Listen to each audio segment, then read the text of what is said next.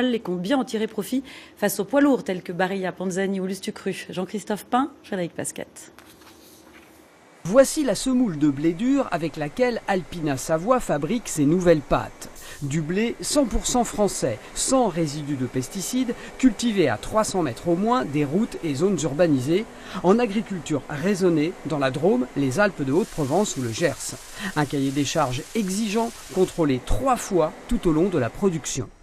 Nous, on fait un contrôle libératoire sur chaque production de blé dur. On va prélever des échantillons dans les silos des organismes stockeurs et nous analysons plus de 500 molécules pour avoir la garantie que ces produits sont bien sans résidus de pesticides. En contrepartie de ces exigences, Alpina Savoie garantit aux 60 cultivateurs un prix d'achat fixe sur 3 ans. Cette année, il est 50% supérieur au prix du marché.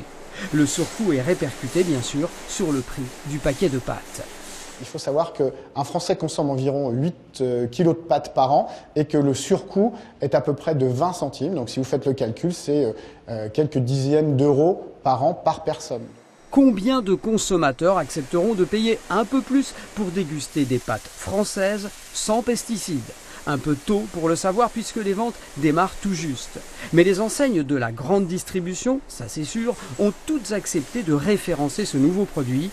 On peut sans doute leur faire confiance sur son potentiel commercial. Les États-Unis vont-ils rester